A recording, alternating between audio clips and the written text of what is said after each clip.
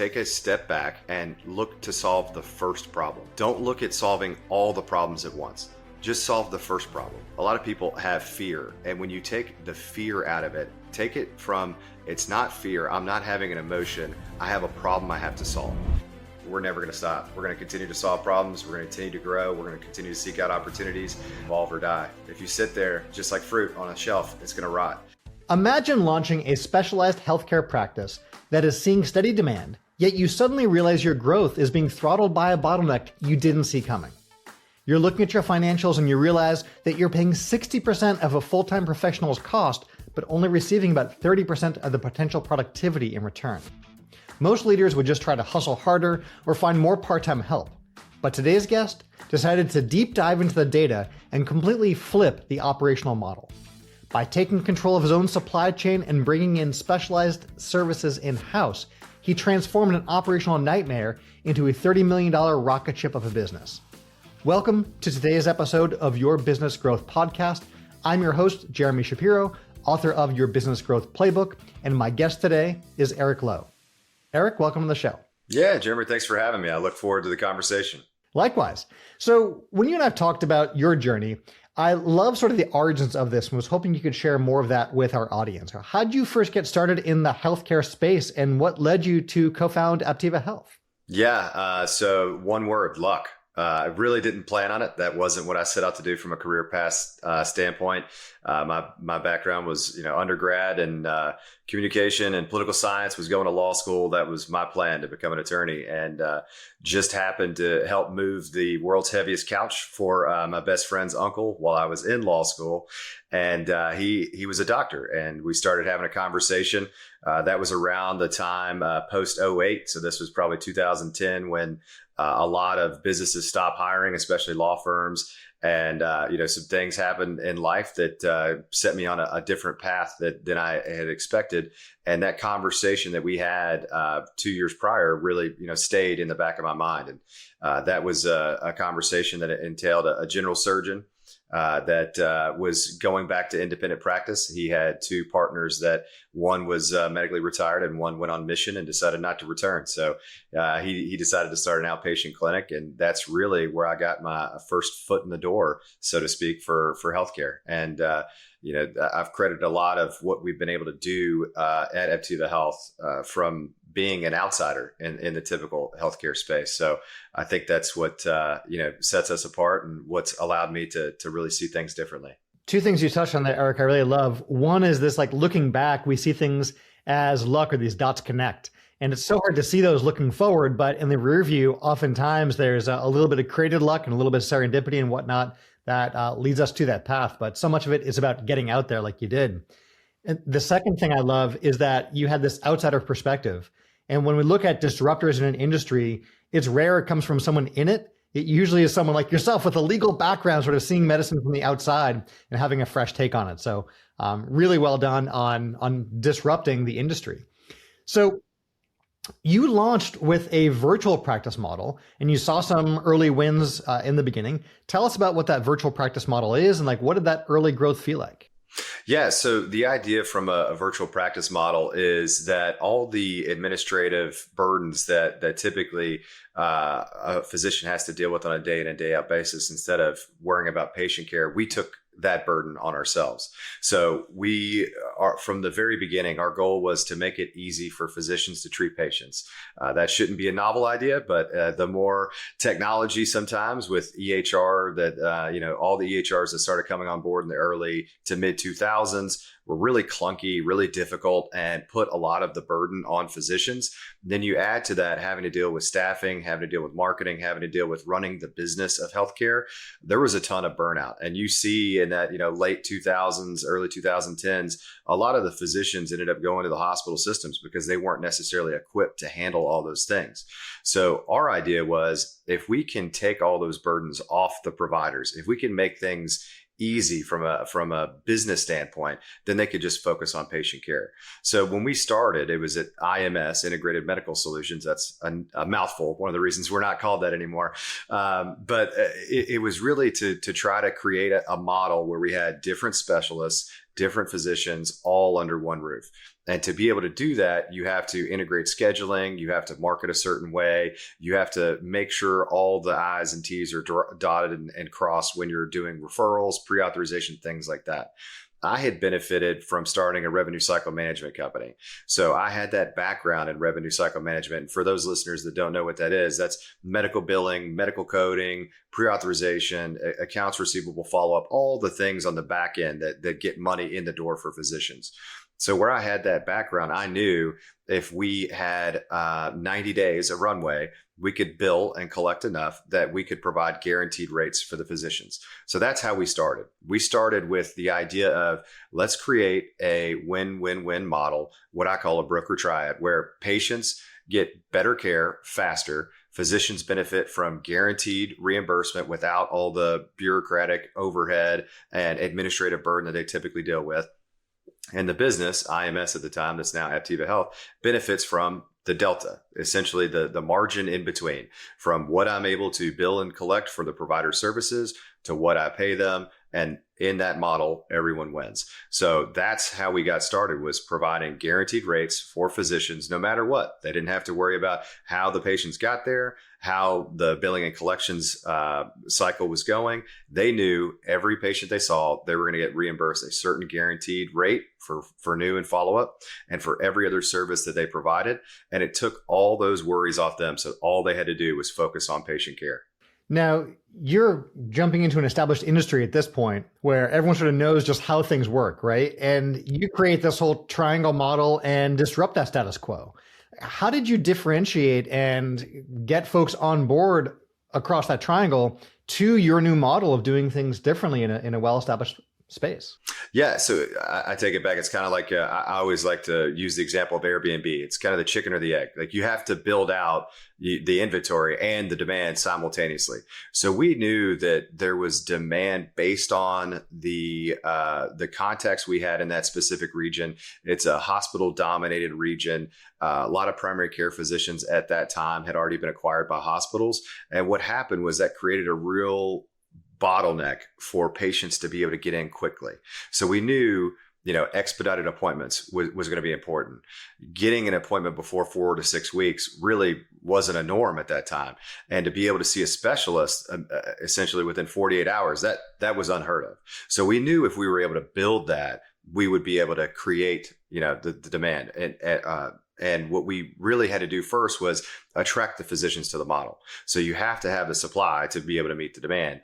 And the supply really came about from additional bandwidth for these physicians. So a lot of independent specialists, especially surgeons, will have a 4-day work week and take a day off on Friday. And that Friday is usually to get all those administrative tasks done, to complete all the notes, all those things. So we knew if they had 1 day of availability and we were able to build all the patient base and be able to have a virtual clinic model where they could just come in, set number of hours, knew exactly what they would be able to make, that it really didn't put any additional work on them, and the benefit far outweighed any of that detriment. So that's how we started, was going into a model where there was a established practice. They had opened a second location.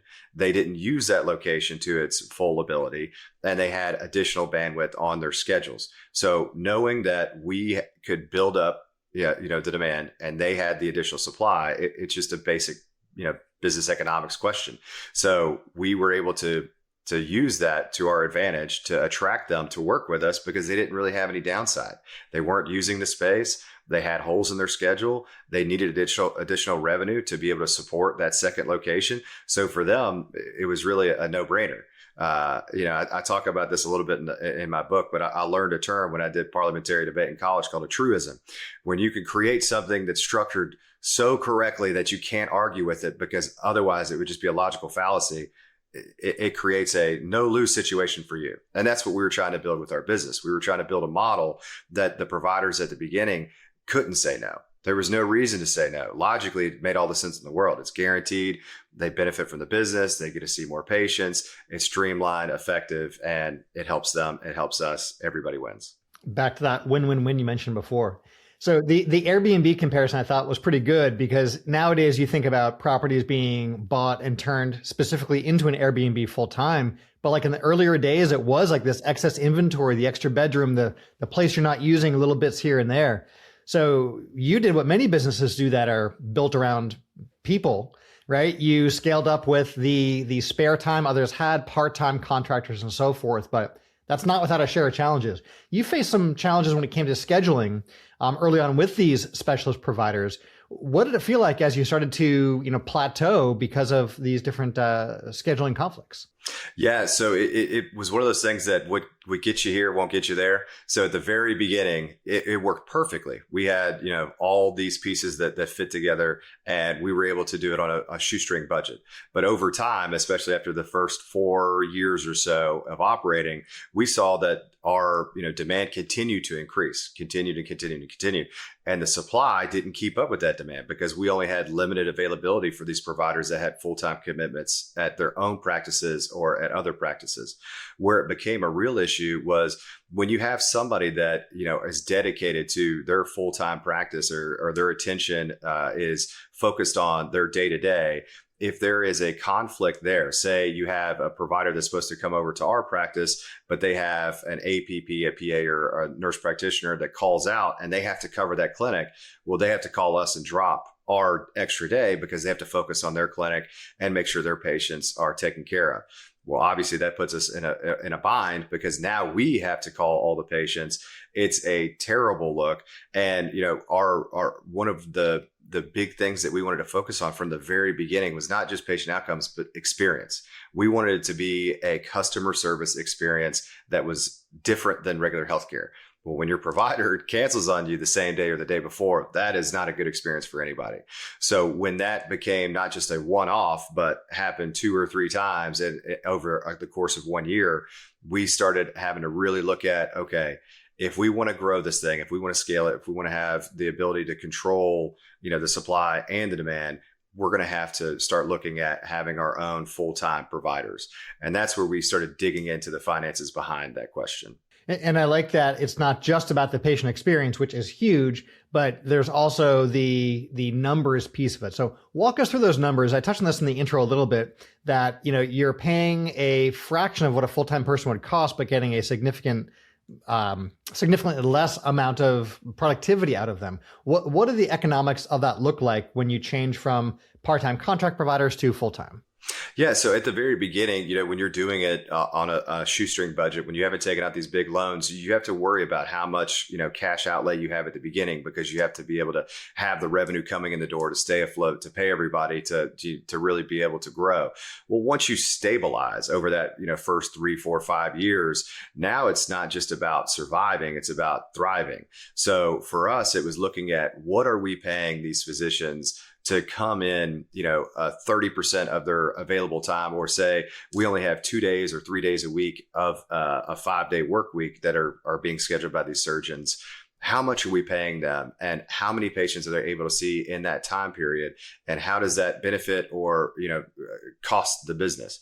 And what we found is we were paying about 60 to 65% of what a full-time provider would be, but only getting about 30% of that productivity.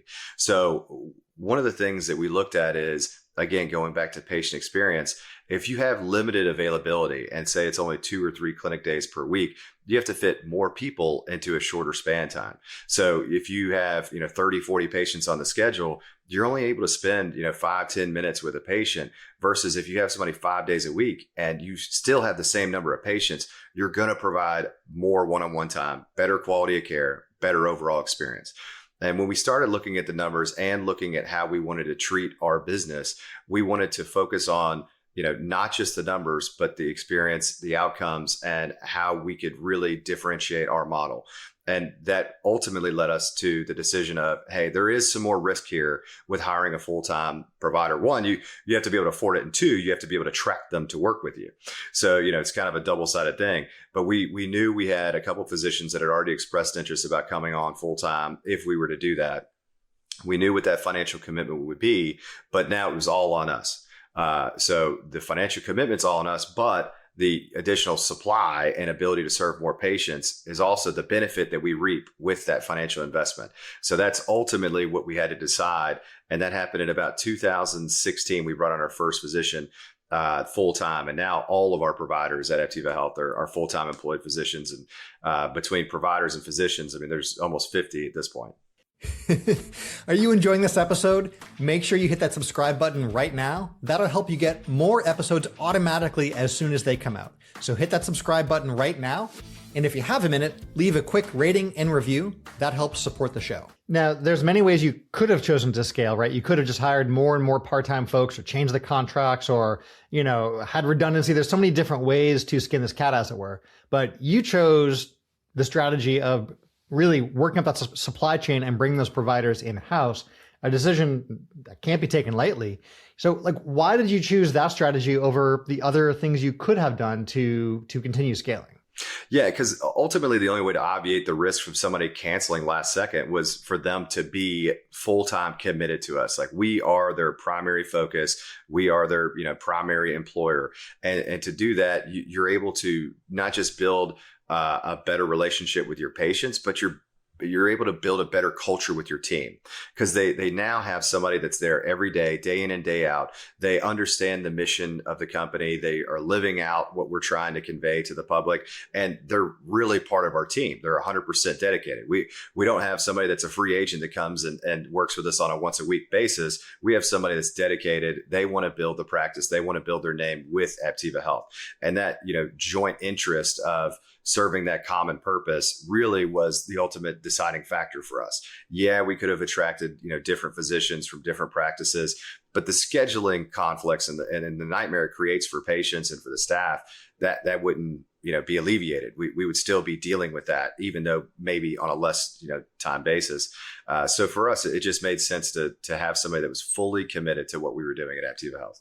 And I like how it's not just the financial component, right? But you touched on two really important things there I want to highlight for our listeners. One is this, we call it like the customer experience or client experience, and your parlance, the patient experience, right? But also that culture piece. Like, what was it like when you were working with part-time physicians who primarily were somewhere else and had the culture of that hospital system, but then were part-time with you? Like, were they as bought in with the culture and as on brand as they were, versus being there full-time with you guys? Yeah, no, it's just not possible. I mean, we had great providers that provided fantastic care to the patients, but ultimately, you have two competing interests. You have your daytime, day-to-day, and then you have us. And where 90% of your income comes from the first one, the second one is always going to be the one that you either ignore or you don't, put your full effort into. And the biggest thing, especially for the providers, and again, we go back to that, it has to work for the patient, has to work for the provider, has to work for the business.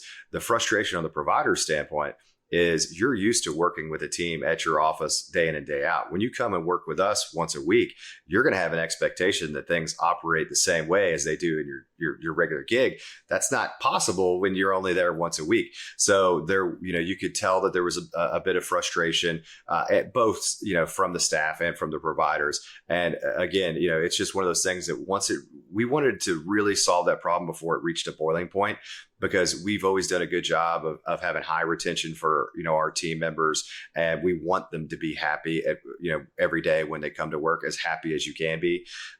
So to be able to do that, we had to solve that problem. And that meant bringing on full-time providers. So then they knew what to expect. They could build their clinic around it. The team knew what they were getting day in and day out with each of those providers. You build more camaraderie. You build, that relational capital that I talk about, because you're working with each other on a day in, day out basis. And ultimately, the patient sees and experiences that.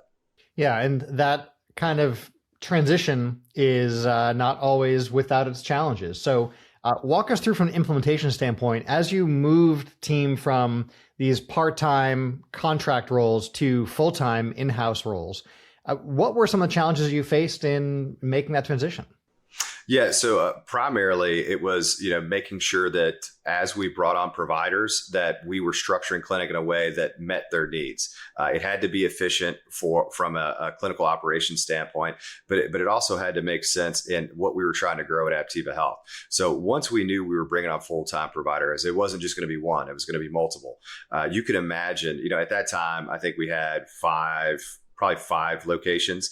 And the goal is to be able to serve patients where they are, not have them come to where we are. So that means, you have to create that same type of clinical atmosphere and operations at each of those different clinics. And then you have to schedule out, okay, what day are you going to be here? How are we going to travel and cover these clinics at these times? So scheduling was really one of the things that had the biggest learning curve. The other thing is, it really, the part of the benefit, I'm not just talking about the difficulties, but part of the benefit from a credentialing standpoint with health insurance, having those dedicated providers at those dedicated offices made it a lot easier for us to be able to bill, to do pre-authorization, to collect. And then from our practice manager, if you imagine having 10 part-time providers in 5 locations versus having one full-time provider and a couple part-time, it made scheduling so much easier for her that we knew, like, hey, this is the direction we have to go. And now we have, dedicated locations based on not just providers, but specialties. So we have the Concussion and Sports Medicine Institute. I mean, obviously there you're going to get concussion testing and treatment, and you're going to see sports medicine. We have the Spine Center of Excellence. You're going to get spine care there. So patients know. And what we've still done is we rotate providers. We rotate some of the APPs so that we can go meet patients where they are. We want to be able to do, the x-ray. We want to do specialty care. We want to do immediate injury care, physical therapy, all those things as much as we can, as close to the patient as possible. Because that's what we found, that the bottleneck in access to specialty care is really what is a big driver in people having prolonged and protracted recovery, because they don't want to travel an hour every time to see a specialist. So they'll wait as long as possible. And then with the body, the longer you wait, the worse it gets. So if we're able to go and help them where they are and get them in fast and get them that precise diagnosis and treatment plan as quickly as possible, everybody wins. Yeah, the specialization piece there, I think, is key. And for our listeners, we talk about this often, right? This niching down and having a specialist. To the point, I love, Eric, that you have different centers dedicated to different niches, that within a business, as we grow and we fill one vertical or niche, we can add more. And that's actually one of the strategies we talk about in the book, is rinsing and repeating that playbook. So really well done on that. All right, so let's talk leadership for a moment, right? Starting out with one part-time provider to 2 to 10 to a dozen and so on is one kind of management. And then growing to all these different specialized centers with full-time staff and so forth, it takes a certain kind of leadership and management to maintain that vision and keep everyone on the same page. Can you tell us about the management journey from the earlier small days to the multiple specialized locations now? Yeah. So, I talk about this a lot in my book that'll be coming out. So one of it is, what makes you very successful. A lot of, entrepreneurs are type A personalities. It's grit, it's determination, it's perseverance, willing to do whatever it takes. And at some point, you create the bottleneck, because if everything runs through you and you have to control everything, it's really difficult to scale. So creating what I call the lasso, it's the 4 pillars that we build everything on, and it's leverage, it's alignment, it's systemization, and it's optimization. So it's not just creating a system once and setting it and forgetting it. It's not the new wave oven. It's, you got to have feedback loops. You got to be able to improve 1% over time. And the best way to do that is to give a voice to the people doing the job every day. We're very big on, we want everyone to have input. And not just think that it should be a top-down approach. I am not going to know the best way to make sure that we get pre-authorization every time for a specific procedure. The person doing that job day in and day out is going to have the best input on that.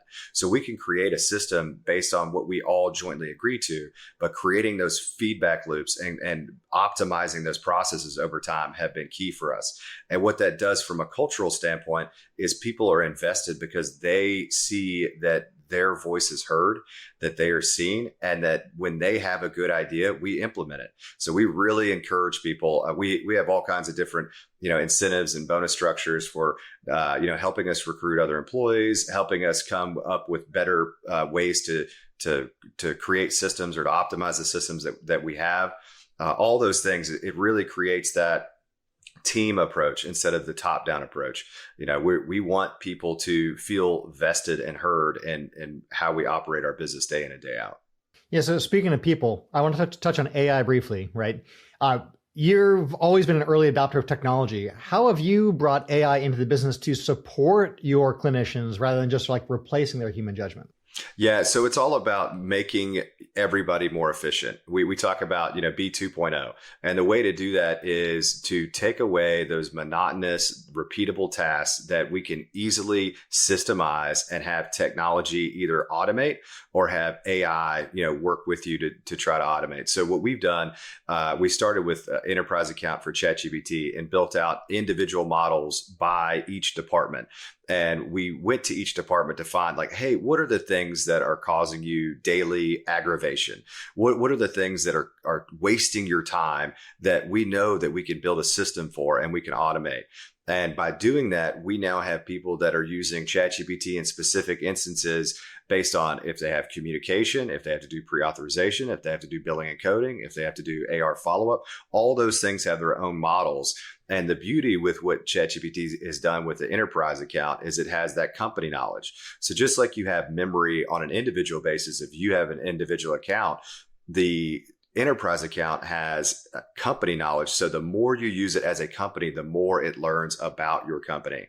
So we have one model specifically that's for communication, not just internally, but externally.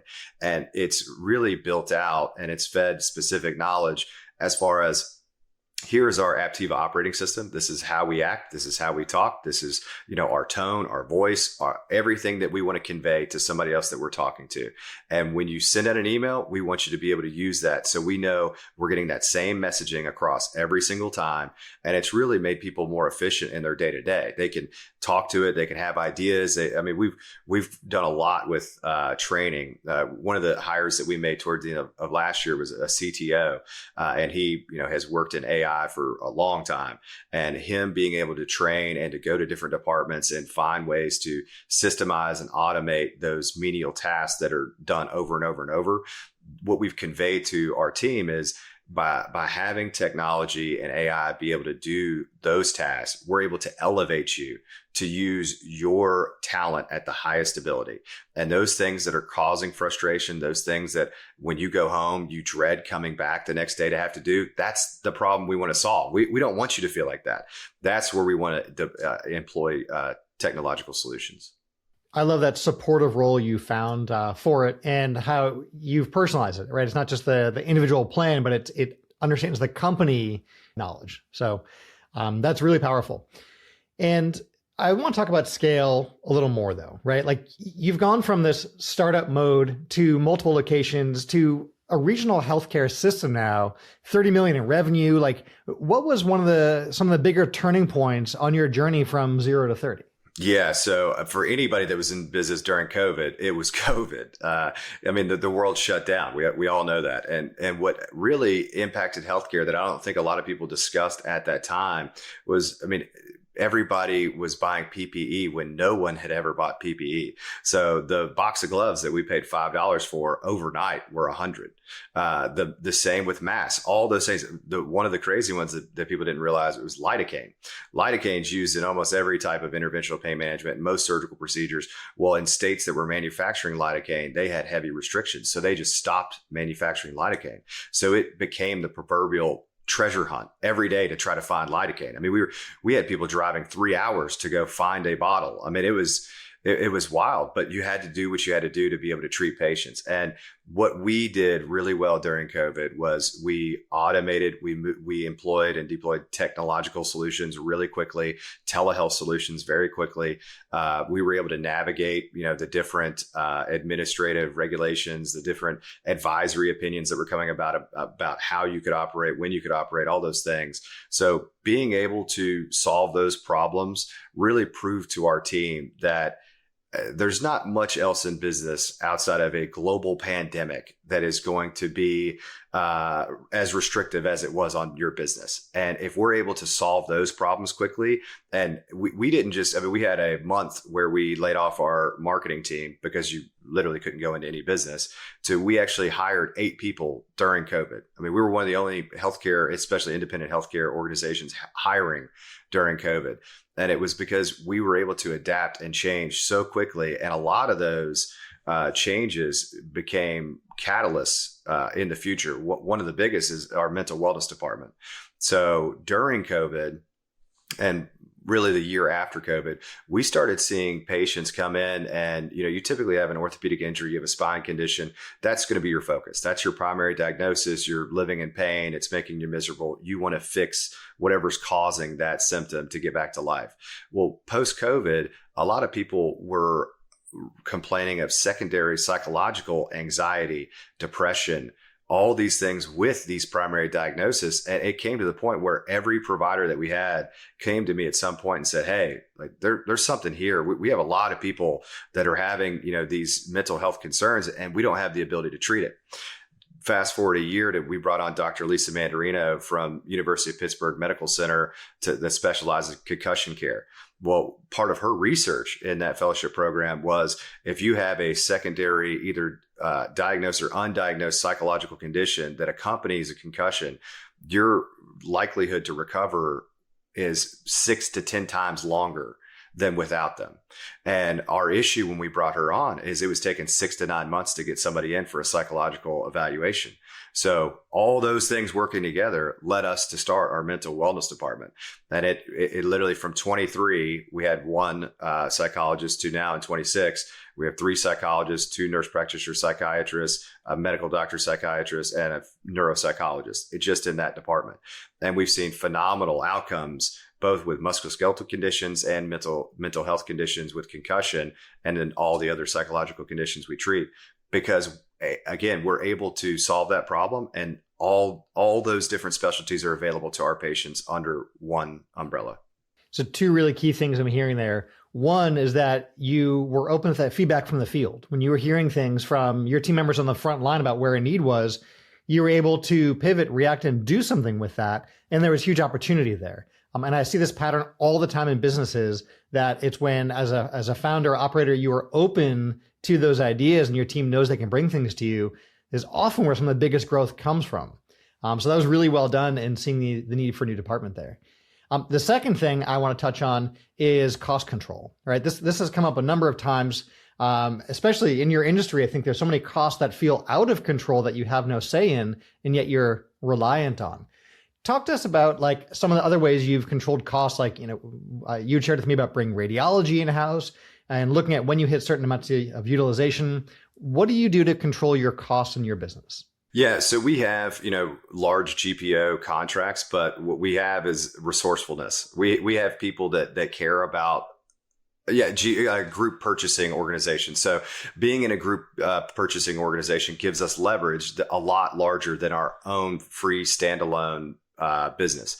So when you're in that group purchasing organization, there might be 50 or 60 different hospital groups and independent practices instead of just Aptiva Health. And by doing that, we've really been able to push down the cost of a lot of the supplies, the disposables, the medications that we need. We also are big in direct contracting. So if we're able to direct contract with a specific supplier for something that we know we're going to use a lot, by having that volume ability, you have a little bit more leverage to negotiate those prices down. And that's where we've seen success.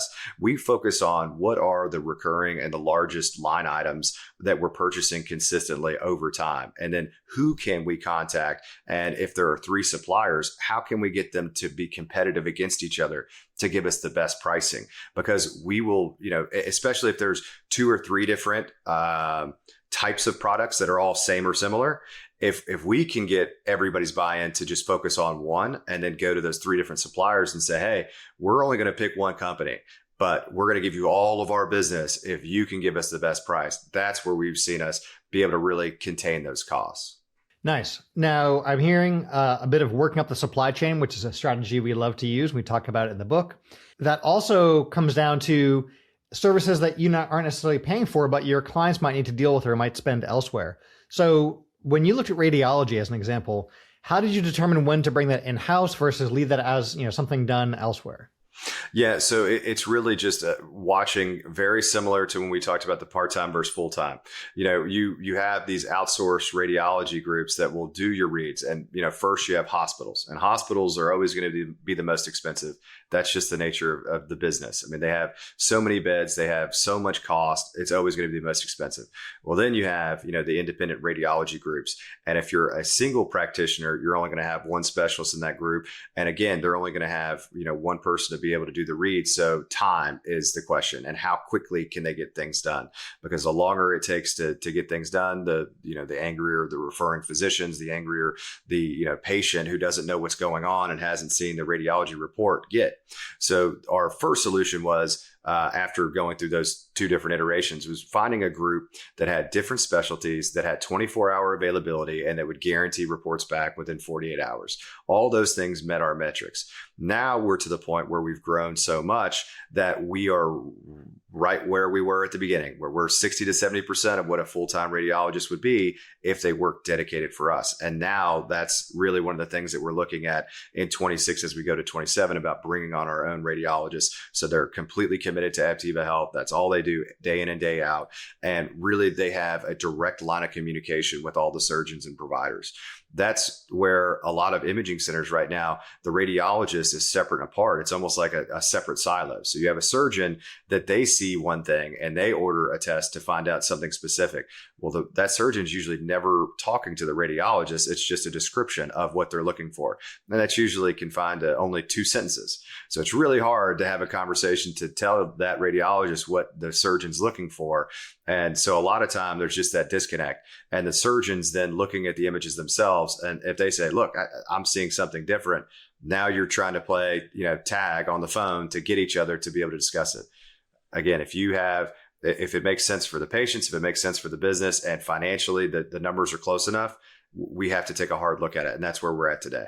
Yeah. So speaking of this idea of bringing more things all under one roof, right? You've talked about the group purchasing and cost management in that way. But you'd also shared with me something about a bundled surgery costs. What does that mean? How does that make healthcare more affordable? Yeah, so it's a big focus for us as far as affordable access to care. We have a page dedicated to affordable options on our website. It's literally just called Affordable Options. Every single thing that we do at Aptiva Health has a cash pay price. You're able to click a button, you know exactly what it costs. You can purchase it right there, and you walk in with an alphanumeric code. We enter the voucher, you get the service, we get paid for the service. Complete transparency. So we took that a step further and we said, look, there are a lot of these large self-insured employers, especially in our region in Kentucky. We have UPS, we have Ford, we have GE. Well, a self-insured employer uses a TPA like Anthem or United Healthcare, one of the insurance companies. They use their network to be able to administer claims. But ultimately, that self-insured employer is the one paying the bill. So what they don't have a good line sight on or transparency into is what a specific surgery will cost. If you go to your primary care physician and they're part of a hospital organization, typically 90% of the time, they're going to refer you to that hospital for everything you need. Well, hospital care is 3 to 5 times what it is at an independent practice. Similarly, surgery at a hospital versus an ambulatory surgery center is 5 to 7 times as expensive. So if we're able to say, okay, we can provide all these different surgeries. We can say the facility fee at the ambulatory surgery center is X, anesthesia is Y, the provider is Z, and bundle all those things together and have one price. The employer knows exactly what it costs every single time without question. And what they do for the patient to make it even more affordable is to make it to where there's no copay, no coinsurance, and no deductible responsibility for the patient if they go to one of these programs. So we're considered a center of excellence for that reason. Our outcomes are very high. We're very transparent with our pricing, and we do direct contracting. So there's no guesswork on the back end from those self-insured employers. And for you, the patient, the beauty is all the financial burden is now off you. You get the care you need when you need it from a great group at no cost to you. And that to us is really how we change healthcare. The only way you get better transparency, better access is to be really honest and open about pricing. If we're able to negotiate a fair and reasonable rate with a self-insured employer that's going to pay the bill, and they're able to pass that savings on to their employee, everybody wins. Again, that's what we always go back to. Yeah, it's that win-win when you talked about it earlier, and it keeps coming up. That's so great. All right, so for other business owners who are listening, maybe they're feeling stuck in their business, or they're concerned about they're outsourcing too much of their core values and so forth. Like, what advice would you have for them to be able to get unstuck and back to growth and keep those values, on mission within their company? Yeah, so a big part of the advice I give a lot of people is take a step back and look to solve the first problem. Don't look at solving all the problems at once. Just solve the first problem. And then once you solve the first problem, solve the next problem, and allow that to snowball so that you can really make the changes necessary to be able to impact your business over time. If you're looking to try to solve everything all at once, you're going to get overwhelmed, you're going to get flustered, and it really turns into this impossible task of I'll never make it. It's just solve the first problem, the one that's meaningful. And it was something that I said to somebody the other day. A lot of people have fear. And when you take the fear out of it, take it from, it's not fear. I'm not having an emotion. I have a problem I have to solve. And if you approach it logically and rationally as solving problems, it takes away a lot of those emotional reactions that prevent you from getting the most out of your ability to problem solve. And that's ultimately what most business is. It's being able to solve one problem, then solve the next problem. And eventually it compounds. Well, there's a phrase I love when referring to business. It's this great game of business. And when you look at it that way, it's not like you just won and you're done. No, you're on to that next challenge, that next level, that next something. But it always comes down to, as business owners, we're problem solvers, right? We take those challenges head on and we solve that thing right in front of us and keep on moving. So great advice. All right, speaking of advice for yourself, knowing what you know now about that tipping point for bringing services in-house, what would you have done differently in the early days of Aptiva? Don't be afraid to have debt.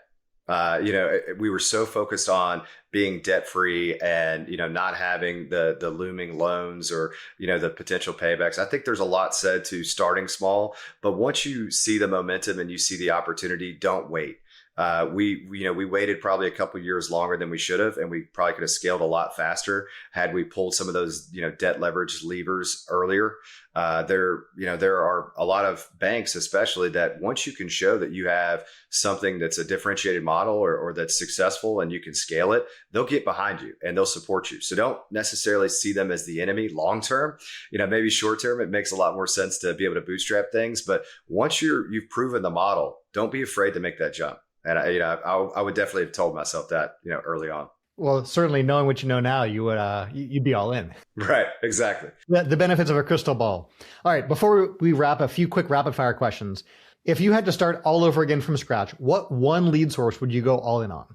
Employers. So businesses, if you're in healthcare, you have to advertise and market to either hospital systems or patients, consumers directly. And, you have to think that they're going to need you when they need you at some point in the future. Whereas if you go to a large scale employer, you can really know that they have all these employees, that they have the joint interest in keeping healthy so they can continue to work, so they can either provide the service or product that the business is selling. So by going directly to them and contracting with them, not just for, their typical healthcare, but also for work injuries, that's really, where you're going to have somebody that's on your same team. You're solving a problem that they have every day where somebody needs healthcare. And if they can, build trust and have transparent pricing with you, they're going to push people to you versus you have to go mass market to the public. They have to learn who you are. You have to build brand awareness, and then they have to need you at some point in the future. Yeah, that's very much like the whole world of referral partners, right? You find folks who are working with your ideal customer and you benefit them when they refer a client to you, is huge. So nice. All right. Aside from your book, Be the Broker, and my book, of course, your Business Growth Playbook, what is your top favorite business book or books? Yeah, so success principles has been one over time that I think just has a ton, and for young people. I coach Little League football, and literally for middle schoolers, I will recommend that book because learning that equation, the E plus R equals O, that there are going to be events that happen, but your response is ultimately what determines the outcome. The faster you learn that, the better off you'll be in life. There's the things you can control, the things you can't, right? And your reaction is certainly huge. All right, last quick question before I wrap. Who is one of your unlikeliest mentors? I would say, honestly, my business partner. It's we have a 10-year difference. He's 10 years older than me. He's been a healthcare executive for a long time. It's funny because, a lot of things that we say about, you're in healthcare, so you kind of have that, this is the way it's always done. He's always been, somebody that's willing to push the boundaries. And being a little younger, especially starting out, I was just turned 29 when we founded. You're a little more likely to react to things that you don't later in life. And having somebody that had been through some of those business challenges that I was able to ask and have live feedback real time has been a tremendous benefit. So I give that recommendation to a lot of people when they're getting ready to start business is find somebody that's been there, that has lived experience, that has that knowledge to pull from. And that way you're not tripping over your own feet and learning it all yourself. You really need somebody that's been there that can help you avoid some of those obstacles and pitfalls. Love it. So to recap for our listeners, you moved from a model restricted by the availability of outside contractors to a data-driven strategy of bringing your team and specialized services in-house, which allowed you to scale into that $30 million regional system and proactively stay really ahead of those future plateaus. Right, exactly. Yeah, it's been a great experience, but the one thing that I'll say is we're never going to stop. We're going to continue to solve problems. We're going to continue to grow. We're going to continue to seek out opportunities, and that's a big piece of advice I would give everybody is evolve or die. If you sit there, just like fruit on a shelf, it's going to rot. So don't keep going, keep moving. Love it. So for our listeners, Eric, who want to learn more about you, where should they go right now?